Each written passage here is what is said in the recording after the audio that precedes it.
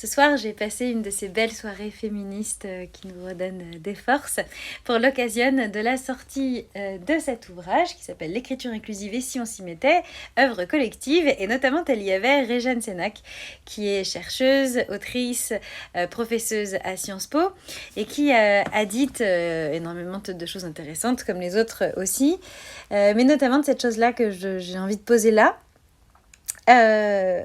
C'est que pour tout, voilà, à chaque fois que des masculinistes vous disent elle dessert sa cause, il y a des choses plus importantes, etc., quels que soient vos combats, dites-vous qu'ils sont déjà en train de faire la démonstration d'un abus de pouvoir.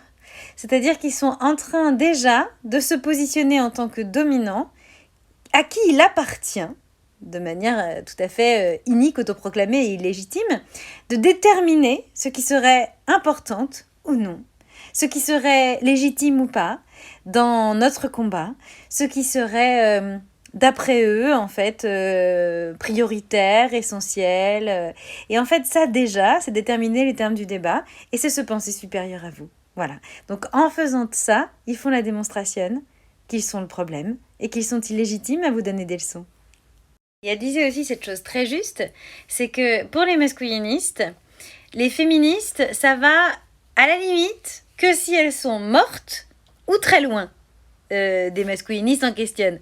Donc par exemple, là, à la limite, vous avez le droit d'être féministe d'après les types de chez nous, si vous êtes afghane ou soudaine, Gisèle Halimi est devenue une bonne féministe à l'instant où elle a trépassé. Donc, si vous êtes géographiquement pas trop loin du masculinisme qui s'exprime et vivante, vous étonnez pas qu'ils vous disent que vous n'êtes pas au bon endroit et que vous n'êtes pas à la bonne lutte et que c'est... Voilà. Vous n'êtes pas morte. Ça l'emmerde. Puis comme vous êtes à côté, c'est probablement de lui que vous vous plaignez. Bref, quand vos ennemis n'aiment pas ce que vous faites, c'est bon signe.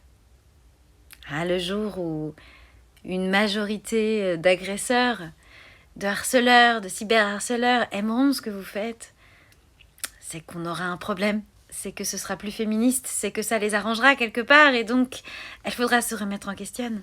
Mais tant qu'ils nous détestent, les choses sont dans l'ordre quelque part. Hein. On se bat pas pour rien, on se bat à cause d'eux. Donc ils aiment pas ce qu'on fait, c'est logique.